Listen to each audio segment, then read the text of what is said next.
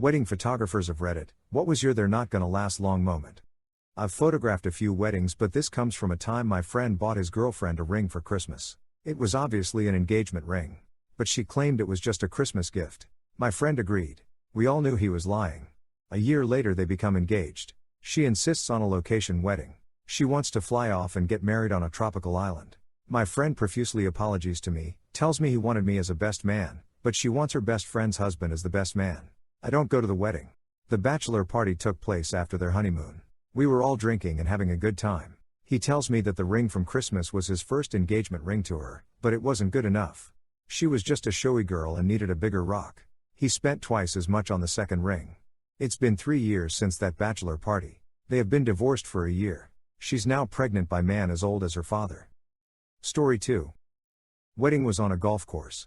Bride had a vision she wanted of her husband driving up on a golf cart to see her for a first look. He got one look at her from the top of the hill and vaulted the cart, ran down the hill, picked her up and twirled her around to tell her how gorgeous she was. We caught it all. It was the best first look ever. Once he set her down, she straightened herself and looked back to us. "I don't want that, let's do the golf cart now," and she sent him back up.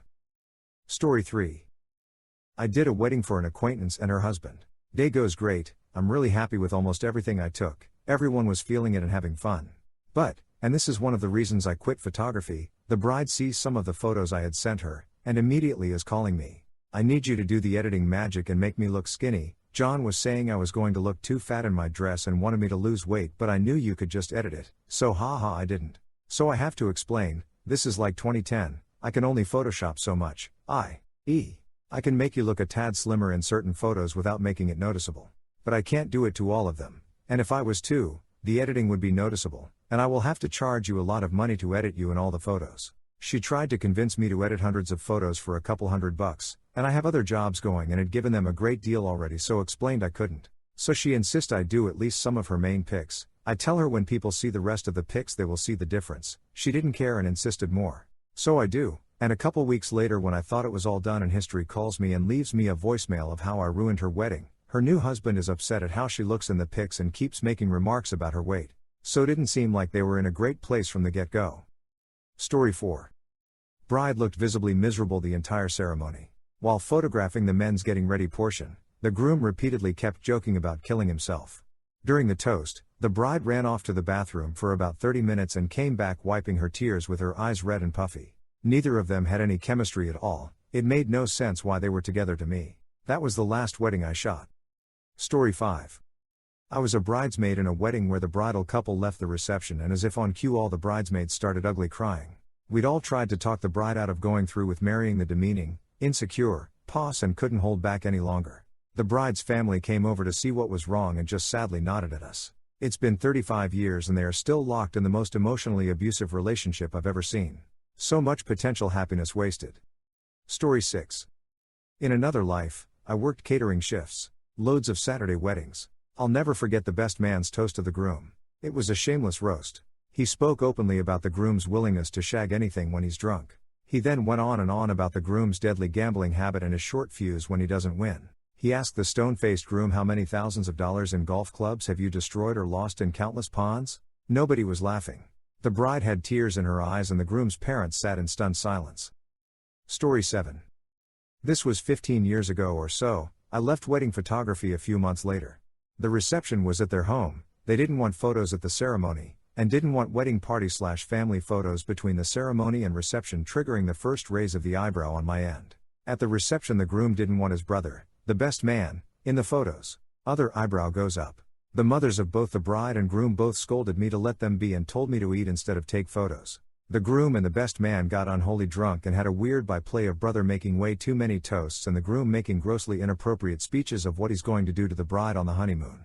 As the newlyweds were making their grand departure, the bride tosses the bouquet, everyone cheers. The groom shouts, "I knocked the bitch up so hard she's got 2 babies in her coochie." Guests react in various ways of shock and happiness about the pregnancy test, but the best man lunges at the groom shouting and swearing.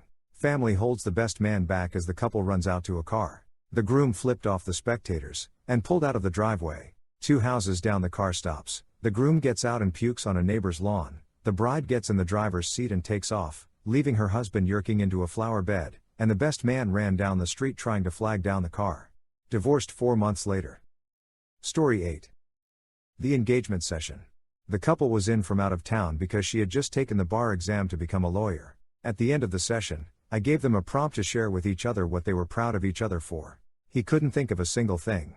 Somehow they still got married, complete with the groom drinking 11 IPAs plus several shots before the ceremony, mother of the bride so drunk for family photos she pretended to strip, and the groom and all the groomsmen wearing camo hats with neon orange letters that said titties and beer. For the entire wedding day. Including sunset couples photos where he refused to do anything I suggested, nearly spat chew right on my feet, kept farting on purpose, and loudly complained about how all he wanted was to go have sex. Story 9. Bride was such a monumental bitch her mom gave me a $500 tip for not walking out on the event when she was treating everyone, even her now husband, like a piece of shit employee.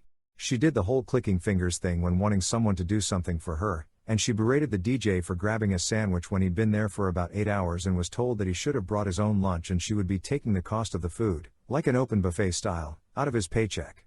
They were divorced within 3 years, but not before having 3 kids that have stupid names. Story 10. Ooh, finally one of these I can contribute to. My mother was a wedding photographer till I was about 18 to 19 and I helped out on many of them. The one that stands out the most was when we were at a campsite where both the wedding and reception were being held.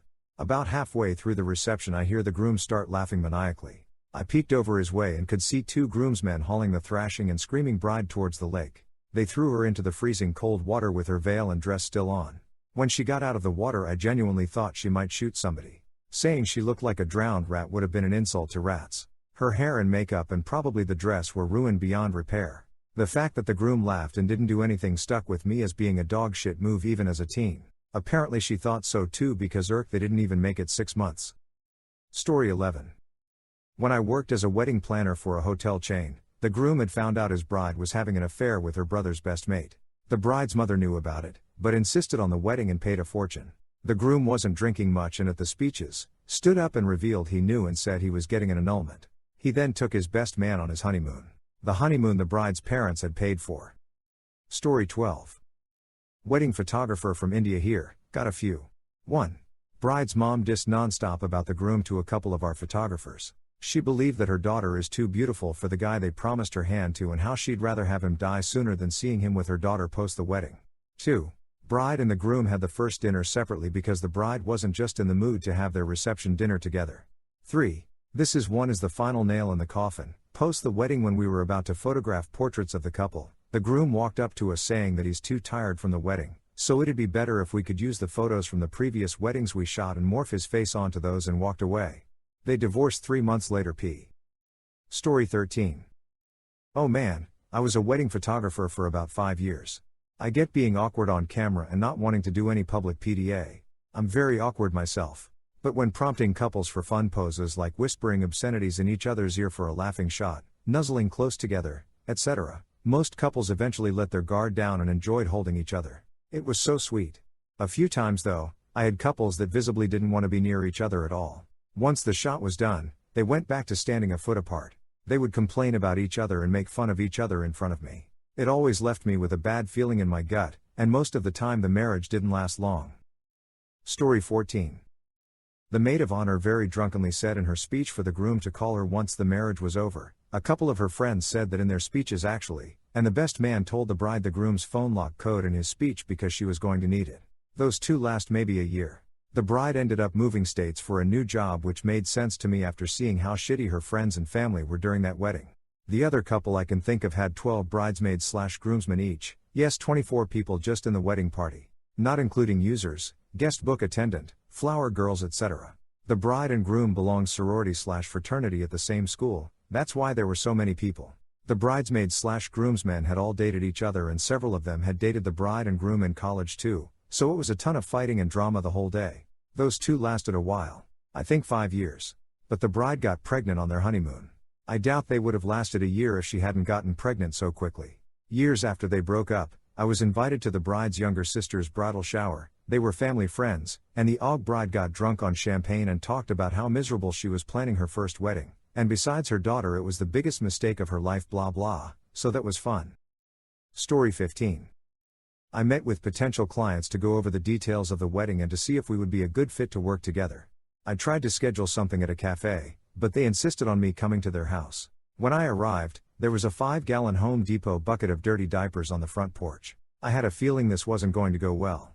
A young kid, probably 7 or so, answered the door. All I could see and hear were children running around everywhere. The soon-to-be husband was sitting on his bed that was in the living room watching TV, and the bride was in the kitchen with 2 kids on either hip. She told me to sit at the kitchen table to go over the wedding details. She shouted at her fiancé to come and join the meeting, where he didn't acknowledge that I was there to talk about shooting their wedding.